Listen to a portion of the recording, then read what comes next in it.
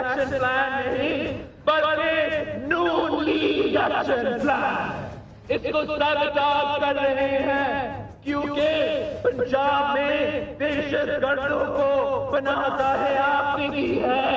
आवाम की अदालत में जाएंगे, उनसे फैसला लेंगे और फिर समाचार मस्त लंगर होगा। हमें धमकाकर खामोश नहीं किया जा सकता। शिकायत आपका मुकद्दर कल ही थी और आज भी।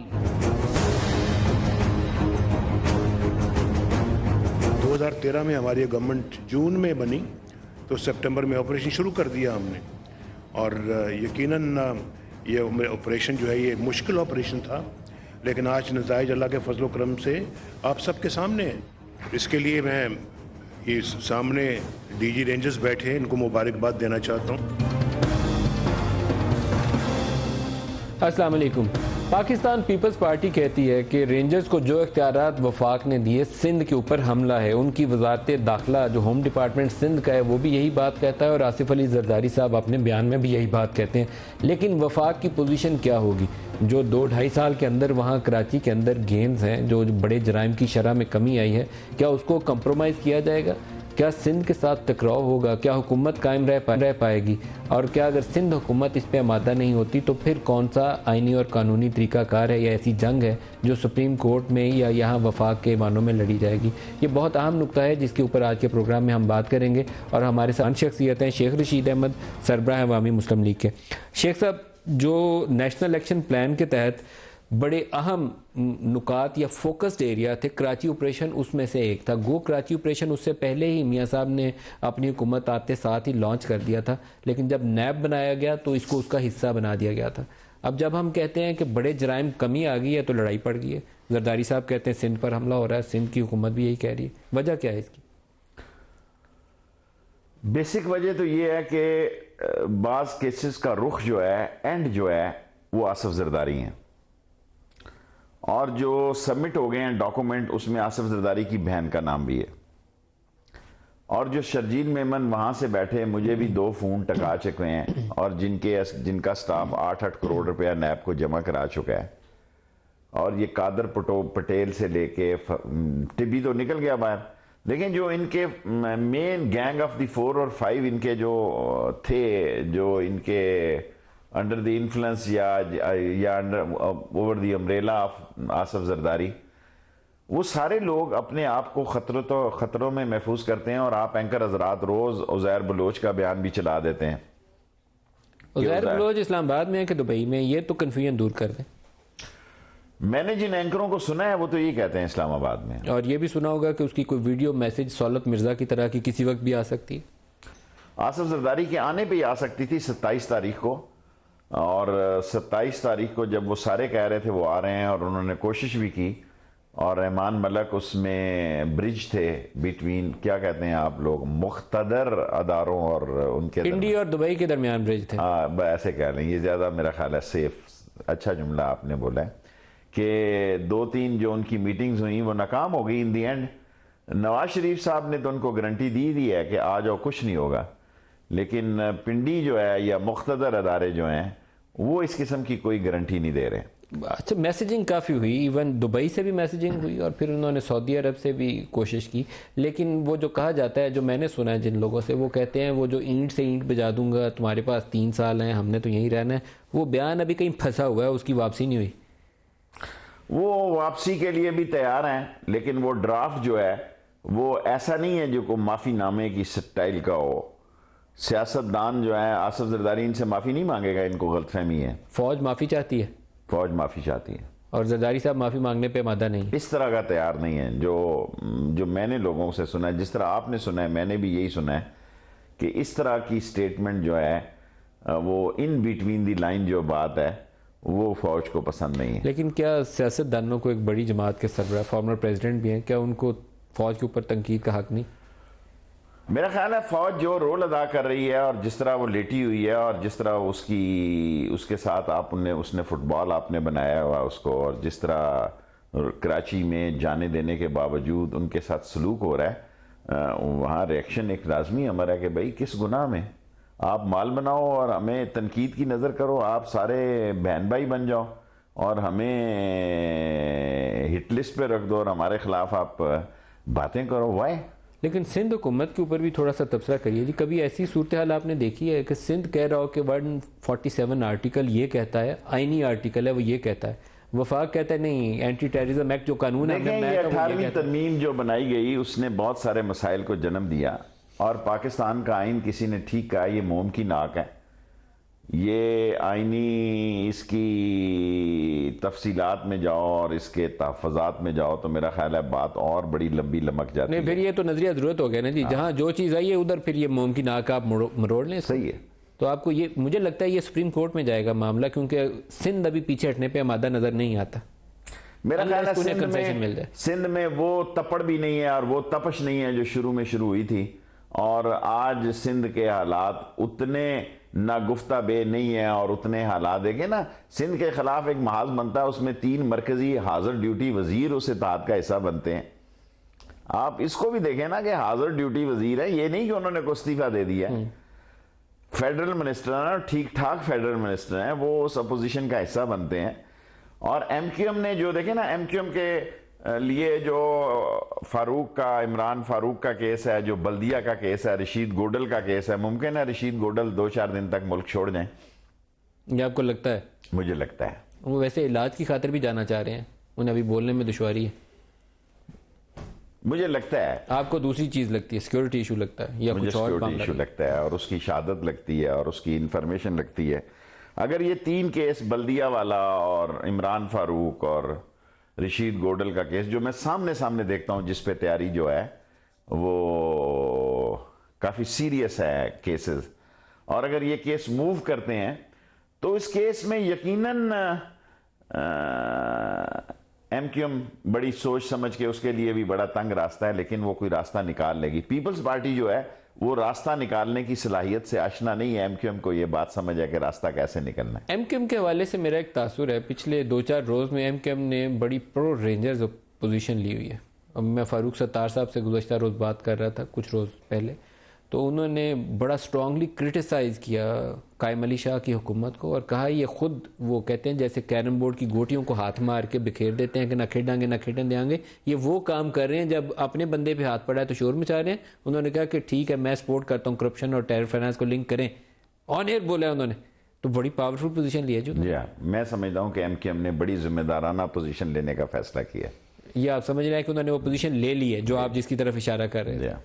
तो फारूक सत्तार लीड कर रहे हैं फिर इस प्रोसेस को। जो भी कर रहे हैं, ज़ाहिर है फारूक सत्तार हों, बाबर गौरी हों, ये सारे लोग कोई भी इल्ताफ हुसैन की लाइन और लेंथ से बाहर तो नहीं खेल सकते। अच्छा, मुझे एक और भी है, आप ज़्यादा उस पर अच्छी राय दे सकते हैं। मुझे लगता है कि जो मुकामी क़यादत है एमक्यूएम की, फारूक सत्तार हों या वसीम अख्तर साहब हों, ये थोड़े से इम्पावर हुए हैं इस क्राइसिस के दौरान पहले की निस्बत। शायद रेंजर से एक्चुअली मालूम नहीं है, लंदन की जो इनकी राब्ता कमेटी है, अगर वो फैसले कराची की राब्ता कमेटी पे छोड़ दे तो जो खाड़े के अंदर है, खाड़े के अंदर समझते हैं ना। बिल्कुल बिल्कुल। हम छोटे छोटे होते थे, इधर एक बशीर पहलवान था पिंडी में लियाकत बाग में, जरा लाइट मूड में भी बात होनी चाहिए, और एक हाफिज जी पान वाले का शागिर्द होता था। दोनों सुबह दंगल कर रहे थे, हम छोटे छोटे देखने जा रहे थे, तो बाहर से बशीर पहलवान कहता सीधी मारो, पुठी मारो, गर्दन पे एक पेच लगाओ, लात से खींचो। वो उसका जो खड़ा हो गया बाहर निकल के लंगोटी सी झाड़ के, उसने कहा उस्ताद जी जो लगता है लाल हो आग। मेरे से तो ये दाव नहीं लग रहा। तो ये लंदन राब्ता कमेटी वालों का यही हाल है। तो मोहम्मद अनवर साहब के फोन कम आए तो मेरे ख्याल में फारूक सत्तार साहब, आपका ख्याल जो भी कराची की राब्ता कमेटी ज्यादा बेहतर काम कर, मेरा ख्याल है इन वो खाड़े के अंदर है, उनसे पता लगता है उनको कि दाव लग सकता है और बेहतर फैसले करने की। नवाज शरीफ साहब सिंध हुकूमत को या पीपल्स पार्टी को कंप्लीटली डंप नहीं करना चाहते, गो के उस अपोजिशन अलायंस का नून लीग हिस्सा है, लेकिन वो सिंध हुकूमत कायम रखना चाहते हैं ताकि ये जो भी सियासी दबाव आए तो पीपल्स पार्टी साथ खड़ी रहे, ये ना हो कि मैदान में वो अकेले रह जाए। मेरा ख्याल है आसिफ जरदारी की एक बात उनके जहन में फंस चुकी है कि साढ़े बात ताड़ी वारी। पंजाबी में उसने एक ही जुमला बेरा था, मियाँ साहब साढ़े बात ताड़ी वारी। ये बात उनको लगी है कहीं ना कहीं जाके। ये बात में वजन है वैसे, हाँ बड़ा वजन है, क्योंकि देखें एमक्यूएम के खिलाफ जो 75-80% ऑपरेशन है वो हो चुका है। जो अब फोकस में है वो पीपल्स पार्टी है, और पीपल्स पार्टी के बाद साउथ पंजाब में जब भी काम शुरू होगा या पंजाब या पिंडी के एडजॉइनिंग एरियाज में, तो नून लीग हिट होगी। देखें, नून लीग में एक तो रिजल्ट आ गया, बड़ा जबरदस्त इलेक्शन लड़ा जहांगीर तरीन ने, 10 महीने की कैंपेन उसने लगा, छोड़ा ही नहीं, बड़ी जबरदस्त। आपने पंजाब वाला सवाल गोल कर दिया। नहीं, मैं करने लगा, उसी पे आने लगा। उसके बाद 122 के इलेक्शन का भी अभी रिजल्ट आना है, उन वोटों का इलेक्शन कमीशन ने फैसला देना। ठीक। साद रफीक का भी इसी महीने में सुप्रीम कोर्ट से फैसला आ जाना जिससे। थर्डली, बहुत बड़ा केस होगा LNG का। ये अंडर एस्टिमेट शेख रशीद को कर रहे हैं। मैं वैसे ही नहीं चीख रहा, पहले दिन से कितने स्पीकर मेरे बंद करेंगे जी? मैं भी जिस केस के पीछे पड़ जाऊं, ये साबित करना होगा कि डंगफंग कंपनी बैन कंपनी थी, किसने दिया? नंदीपुर। ठीक है जी, इनको ये साबित करना होगा। ये कोयल का इतना बड़ा इन्होंने शोर डाला हुआ है उकाड़े का, ये तो चाइना आके या ब्रिटिश रेल भी आ जाए तो इतना बड़ा प्रोजेक्ट 700 बिलियन के कोयल को कहां ला सकते हैं ये। Thirdly and important one is कि इनका कोई भी प्रोजेक्ट जो है मर गया। मैं सुन के ये जो थर के इलाके से कोयला निकाल रहे थे और अब चाइनीज को दिया इन्होंने, और अब तो लोन एग्रीमेंट साइन कर लिया $1.2 बिलियन। सर कर लिया ना। ये किसके लिए सारे जा रहे हैं? सारी इस्लामाबाद की नई सड़कें तोड़ के बन रही हैं, ये आपने कभी देखा है? ये शहबाज शरीफ कर सकते हैं। शहबाज शरीफ का इस्लामाबाद में क्या दखल है जी? वो मियां साहब के भाई हैं छोटे भाई, वो तो पंजाब की हद तक है। इन सड़कों का इस्लामाबाद का शहबाज शरीफ बड़े भाई के काम का ख्याल रखते हैं, मदद करते हैं। वो सिर्फ वापडा और पेट्रोल का रख रहे हैं आजकल, और ऑरेंज लाइन का रख रहे हैं, और नहीं रख रहे कि जनाब एक आप इतने चीखे हैं, और सही चीखी है सारी कौम। एक बच्ची बिस्मा का जो वाकया हुआ है, और नहीं चीखी कौम तो 14 बच्चे मर गए हैं लाहौर में, 15 बच्चे। उसी दिन ऑरेंज लाइन का इफ्तिताह था, तो यहाँ पे हाथ पड़ता है उसको देख के यार। वेंटिलेटर नहीं है। और एक जनाब अली किसी हकीम की दुकान वाले को कहे कि यार वेंटिलेटर भेज दे, वो 3 लेके भेज दे। 14 बच्चे 15 एक दिन में मर रहे हैं वेंटिलेटर। और शायद साहब ये कैमरा लेके जाएं होली फैमिली हॉस्पिटल में और बेनजीर शहीद हॉस्पिटल में। मेरी 2 मुलाकातें हुई आसफ जरदारी साहब से। मैंने दोनों मुलाकातों में कहा, काश तुमने बेनजीर का वो स्ट्रेचर देखा होता जिसका चौथा पहिया नहीं था, जिसपे उसकी लाश या जख्मी वो आई। वो चल नहीं सक रहा था कि उसका 10 रुपए नहीं दिए जी आसफ जरदारी ने बेनजीर शहीद हॉस्पिटल। यही हाल होली फैमिली का है। जो हमने काम किया आज देखें, एक बेड पे 2 माएँ लेटी हुई हैं। शायद तीसरी माँ के लेटने की भी वो जगह बना रहे हैं, साइड पे कोई पलंग सा लगा के, कि जगह नहीं। बस अल्लाह ताला इनको कुछ अकल दे के अपनी प्रायोरिटीज दुरुस्त कर लें। ऑरेंज लाइन से पहले लोगों की जानें बचानी है, उनको पढ़ाने का बंदोबस्त कर लें। मैं वो सवाल आपने अधूरा छोड़ दिया। आपने जिक्र किया जहांगीर तरीन इलेक्शन जीत गया, 122 का फैसला इलेक्शन कमीशन से आना है, 125 का सुप्रीम कोर्ट से आना है, और LNG का केस लगने वाला है। ये चारों चीज़ें आपको आपस में लगता है कि इंटरलिंक्ड हैं, जिससे कुछ सियासी मैदान में हलचल हो सकती है? मैं तो आपके प्रोग्राम में पहले कह चुका हूं कि भाई मार्च अप्रैल जो है उस वक्त तक सियासी मैदान में बेशक 2 दफा मोदी आके चले जाए, 2 दफा मौसम ठीक हो। असल मसला है ग्राउंड रियलिटी क्या है। ग्राउंड रियलिटी में गवर्नमेंट के कहीं पाँव नहीं है। जितनी असम्बली है वो चुप साधे हुए है, कोई उनके लिए लड़ने के लिए तैयार नहीं है। और सारा जनूबी पंजाब हिला है इस इलेक्शन से, जहांगीर तरीन के इलेक्शन से। ये मामूली बात नहीं होती कि हमारा बल्दियाती इलेक्शन हुआ, हम परेशान हुए कि जिन लोगों को जेलों में होना चाहिए वो यूनियन के चेयरमैन बन गए। हमने महसूस किया कि यार बदमाशी में लोग वोट लेंगे, पैसे से लोग वोट लेंगे। सो हमारी सियासत को जब शदीद खतरात लाहक होंगे तो हम अपनी स्ट्रेटजी बनाएंगे कि हमने किस तरह अपनी सियासत करनी है। 122 से आपको क्या लगता है इलेक्शन कमीशन से किस किस्म का फैसला आ सकता है? अलीम खान तो बड़ा मुतमिन है जी, इमरान भी मुतमिन है, आएगा फैसला। क्या मैं टेक्निकल बंदा नहीं हूं, मैं सियासी बंदा हूं, मैं लीगल साइड को इतनी नहीं समझता। अलीम खान को और इमरान को तो अलीम तो कहता है कि इलेक्शन होगा शेख साहब तीसरी दफा। शेख साहब अभी गुफ्तगू जारी है, एक शॉर्ट ब्रेक ले लें, हमारे साथ रहिएगा।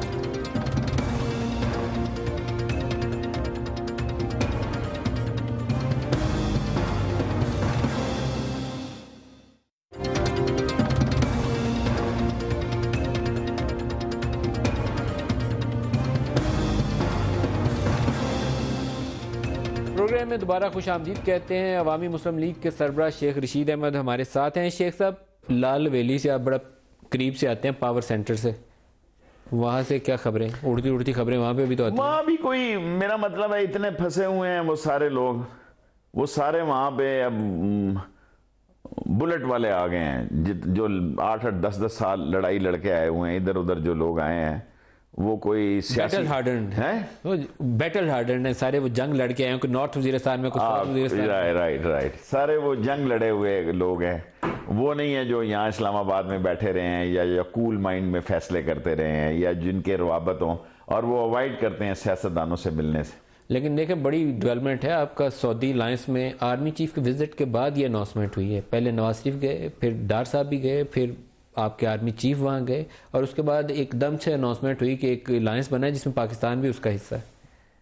इंटरनेशनल पॉलिटिक्स में रहील शरीफ साहब को जो मुकाम हासिल है और जो पाकिस्तानी फ़ौज की एक धाक बैठी है या उसके पे जो ट्रस्ट है, वो ज़ाहिर है पाकिस्तान के पॉलिटिकल क्राउड पे नहीं हो सका, क्योंकि पाकिस्तान में जो आवाज़ आती है, और वो अभी लोग कह रहे थे कि आसिफ जरदारी सऊदी अरब से कॉल करवा रहे। नहीं, सऊदीज जो है एक सुराख से 2 दफ़ा नहीं डस सकते।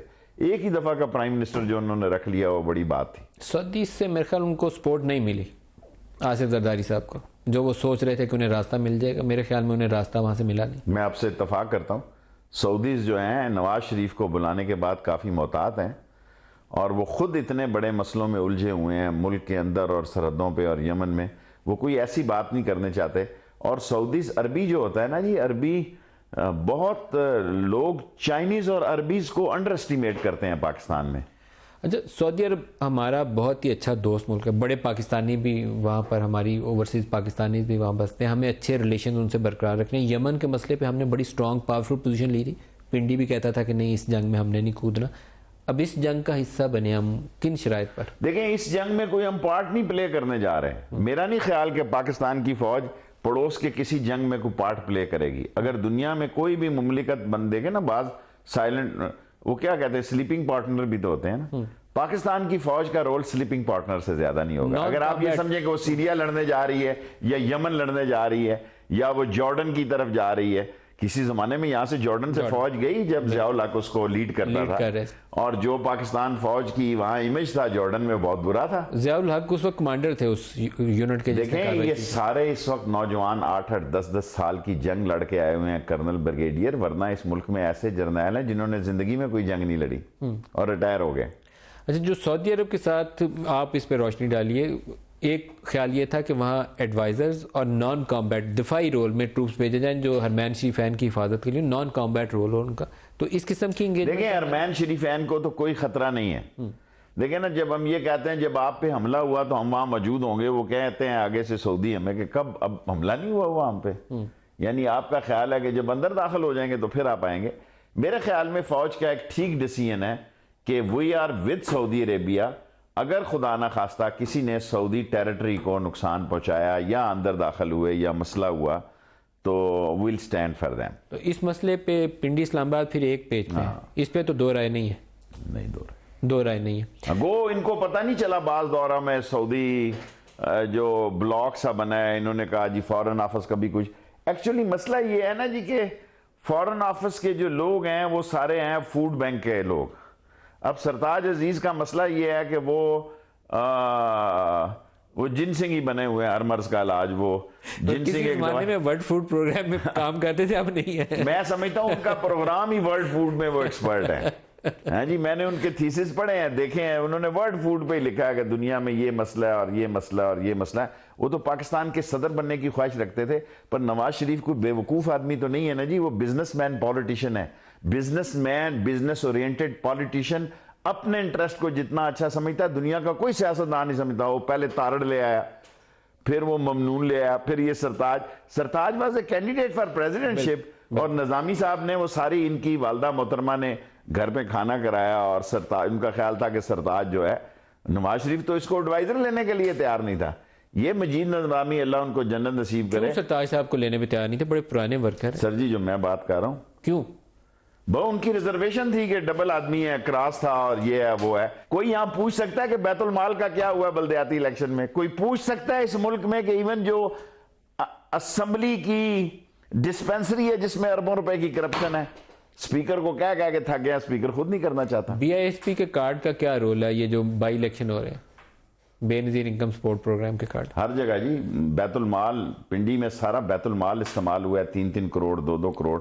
मैं एक सवाल डालूंगा, बस ऐसा ही ये स्पोर्ट्स प्रोग्राम जो है गवर्नमेंट स्पोर्ट प्रोग्राम शेख है। साहब, लेकिन आपको ये नहीं लगता कि नवाज शरीफ साहब बड़े ताकतवर हो गए हैं? वो पता नहीं मई 2013 के बाद शायद इतनी मजबूत पोजीशन में नहीं खड़े थे जितनी पोजीशन में आज खड़े। मैंने नवाज शरीफ को इससे भी बड़ी भरपूर ताकत में देखा है, 2 ताई अक्सरियत इसी तरह की, उससे भी भरपूर।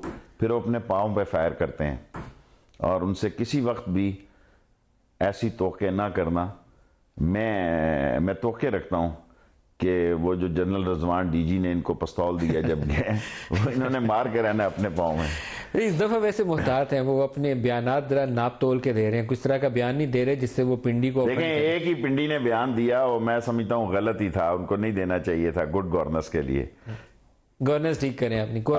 फौज का ये काम नहीं है, फौज का ऑपरेशन बोलता है, फौज का बयान नहीं बोलता। वो शेख रशीद तो नहीं है ना कि भी रोज रात को एक प्रोग्राम करेगा।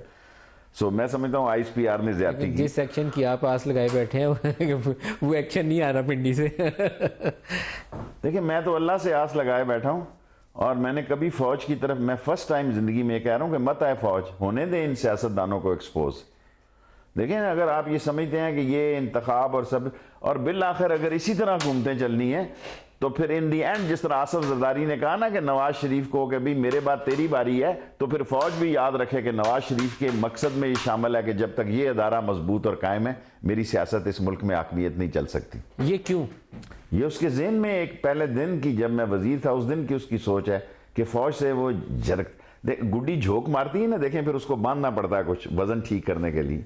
जब भी फौज का सवाल आता है, देयर इज सम मैन्युफैक्चरिंग, कोई फनी मामला है कि नवाज शरीफ और फौज की रेपो नहीं बन सकती। वो फोटो देखकर भी जेलस होता है फौज की। अभी जो ताल्लुकात की नोयत है राहील शरीफ साहब की और नवाज शरीफ साहब की, वो उस मीटिंग से कुछ ऐसा तासुर मिला था कि कुछ there is something very seriously wrong. ये बयान आ गया, अब लड़ाई होने वाली है। अगले दिन प्राइम मिनिस्टर हाउस से भी एक बयान जारी हो गया, लेकिन फिर कूल डाउन हो गई चीज़ें। मेरे ख्याल में अभी वर्किंग रिलेशनशिप ठीक है। अगर आप कहते हैं तो मान लेता हूँ, आप क्या कहते हैं? ज़ाहिर है अगर इतला आया तो कोई मैं मान लेता हूँ। देयर मीटिंग, देखिए, आप फोटो देखकर पहली दफा नवाज शरीफ राहील शरीफ के साथ हंसता हुआ आपने देख लिया है, लेकिन वो दूसरी तरफ राहील शरीफ भी हंसता हुआ देखा है तो फिर बात करें। देखो, पहली दफा मैंने भी देखा जिंदगी में नवाज शरीफ हंसता हुआ राहील शरीफ की तरफ मुस्कुराहट दे रहा है, उसको स्माइल दे रहा है, लेकिन वो दूसरी तरफ से कोई स्माइल आ रही हो तो तब है ना। इमरान खान का सियासी मुस्तकबिल की बात करते हैं। 154 की जीत बड़ी इंपॉर्टेंट थी इमरान के लिए, शायद उनको पांव जमाने का आखिरी मौका था अपने नेशनल पॉलिटिक्स में। जीत गए, भारी मार्जिन से जीत गए। 9 ऑन आपको क्या नजर आता है? PTI की जाती नजर आती है? देखिए, मैं समझता हूँ एक बहुत बड़ा इमरान खान को सहारा मिला है, वरना उनकी सियासत तो एक्चुअली मैंने जो बल्दिया में महसूस किया है कि नवाज शरीफ जो इमरान खान साहब का ओरिजिनल नजरियाती वर्कर है, जो इमरान खान के साथ शुरू दिन से साथ चला है, वो इन नए आने वाले चेहरों को एक्सेप्ट नहीं करता। कौन कौन से? मैं बल्दियात की मैं बात कर रहा हूँ कि इन्होंने जो नए लोगों को, जो हमारे लोग थे हमसे गए या दूसरे लोगों से गए, ये एक बहुत बड़ा गैप है, इसको कौन फिल करेगा। और अब जो इलेक्शन होने जा रहे हैं सुना है PTI में, लेकिन मैं ये समझता हूँ कि जहांगीर तरीन ने बहुत मेहनत की है, मैं बड़ा इंप्रेस हुआ हूँ 10 महीने से, और नो डाउट पैसे वाला आदमी है, खर्च भी किया होगा। अब जमहूरियत जो है, जब तक दौलत की बोरियों की पाजेबें नहीं होंगी तो किसी की जमहूरियत नहीं चल रही इस मुल्क में। शेख साहब, अभी गुफ्तगू जारी है, एक शॉर्ट ब्रेक ले लें, हमारे साथ रहिएगा।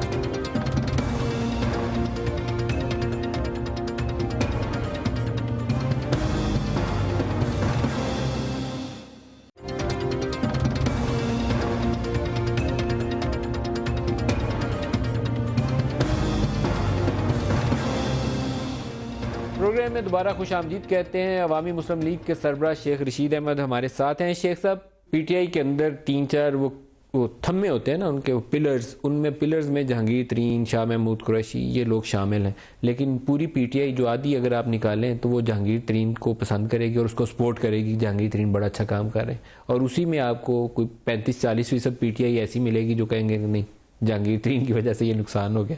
तो ये PTI का एक अलमिया है जिसको उसे अपने, लेकिन मैं तो इमरान खान की हद तक ऐसी कोई बात नहीं कर सकता। जो बातें हैं वो आप अपने तौर पर कह लें, मेरा कहना मुनासिब नहीं। PTI का मुस्तकबिल क्या लगता है आपको? रिवाइवल होगी? क्योंकि देखिए, इस वक्त तो नवाज शरीफ के मुखालिफ एक ही पार्टी है, उसका नाम है PTI। और अगर ये एंटी नवाज शरीफ वोट जो है वो पीटीआई की है, और अगर कोई और इलेक्शन से पहले एक ब्लॉक बनता है, ग्रुप बनता है, क्योंकि इलेक्शन से पहले भी जत्थाबंदी होती है। पिछले इलेक्शन में भी 13 में जत्थाबंदी का फैसला इमरान खान था। इस इलेक्शन से पहले भी अगर कोई ग्रुपिंग होती है, कोई नए ग्रुप इमर्ज होते हैं, क्या होता है? And I agree with Imran Khan 2016 is, मैं तो मार्च अप्रैल को कह रहा हूं, उसने कहा कि 2016 जो है अहम और तब्दीली का साल हो सकता है। I fully endorse. वो क्या वजूहत है जिससे आपको लगता है बहुत सारे फैसले ऐसे हैं, ये जितना काम कर रहे हैं, इतना कर्जा लेके बैठ गए हैं, ये कि किस्तें, आप इकोनॉमिस्ट हैं, आप बताएं ना, ये 20,000 अरब का हमें इन्होंने तड़का लगा दिया है, कहाँ 6,000 अरब और कहाँ 20,000 अरब। और इमरान खान ने कहा कि वो महंगाई के खिलाफ निकलेगा। मेरे ख्याल है कौम को करप्शन के खिलाफ निकलना चाहिए। ले डूब गई है करप्शन इस मुल्क में, और ये एक तासर पैदा हो गया, जो करप्ट नहीं है वो डिलीवर नहीं कर सकता। यानी पाकिस्तान एक ऐसा मुल्क है जहां ब्यूरोक्रेसी भी करप्शन से मुतारफ हो गई है। वरना लोग कहते थे इस्लामाबाद का ब्यूरोक्रेट जबरदस्त है जी, बड़े खाने पीने का अर्थ है। कोई नैब को किसी ने कोई एनर्जी डोज, कोई हाई डोज इंजेक्शन नहीं लगाया कि नैब काम करना शुरू कर दे? सुप्रीम कोर्ट में लिस्टें विस्टें गई, उसके बाद सारा कुछ ठंड प्रोग्राम हो गया। कहाँ गई वो नैब? आप सही कह रहे हैं। आप कौन करेगा? क्या नैब शायद खाकान को पकड़ेगी, ख्वाजा साद को पकड़ेगी, आबद शेर अली को? कितना बड़ा ऑडिट का 14-15 का फ्रॉड आया है बिजली, वाटर एंड पावर में, किसको पकड़ेगी नैब? अच्छा, थोड़े से सवाल फॉरेन पॉलिसी पे भी कर लें। मोदी का विजिट, उसको आप कैसे देखते हैं? आए जाती उम्रा जाके, in short, sweet and one sentence, its influence and supported by the US government, and this was all organized, and they are playing with our emotions. They know that beti ka masla hai, beti ki shadi hai, and the birthday and everything, and Modi is coming, and Raheel Sharif visit will be more important than anybody in Afghanistan, क्योंकि उसमें देखना ये, हम कहते हैं अभी अब्दुल्ला ने कहा फजलुल्लाह इधर है, और दाइश, गो के लोग कहते हैं कि दाइश अफगानिस्तान में नहीं बन सकती, लेकिन ये हार्ड फैक्ट है कि मुल्ला मंसूर की लड़ाई और दूसरों की लड़ाई ने दाइश को भी वहां मौका दिया है। और अगर दाइश वहां से मार खाती है, अगर दाइश को सीरिया में मार पड़ती है, जो कि देखें ना, अगर पेरिस के भी एटॉमिक फ्लीट्स वहां आ गए हैं समुद्र पे, और रशिया भी स्ट्राइक कर रहा है, कितनी हजार स्ट्राइक अमेरिका ने भी कर दी है, वेयर दे विल गो? देखिए ना, ब्रिटिश कह रहा है कि हमारे 3185 आदमी वहां गए हुए हैं, आम ब्रिटिश इधर उधर से होके गए हैं, जो रेडिकलाइज हुए हैं वहां गए हुए हैं। ठीक है, लेट मी फिनिश। ये सारे लोग सीरिया से अगर इनको मार पड़ती है और यहां से इनको निकलना पड़ता है, दे will come in Afghanistan. Afghanistan दोबारा जो है वोलेटाइल हो जाएगा। मोदी का दौरा बेशक जनूबी ईरान से ऊपर से हो गए हैं, बेशक नीचे से आए, but this is my political analysis. कल ये ना मेरे गले पड़ जाए कि they will come in Afghanistan. When they will come in Afghanistan, हजारों लोग उधर से इधर आते हैं और इधर से उधर जाते हैं। अच्छा, ये जो मोदी का फ्राइडे का विजिट था लाहौर का, ये मॉस्को से काबुल से लाहौर आए हैं। जितना भी प्राइवेट नवाज शरीफ साहब को उन्होंने वेलकम किया होगा, उनके घर तशरीफ लेकर गए, लेकिन कुछ रियलिटीज़ हैं अफगानिस्तान की और इंडिया की। इंडिया चाहता है कि पाकिस्तान के रास्ते उसे ट्रेडिंग मिल जाए।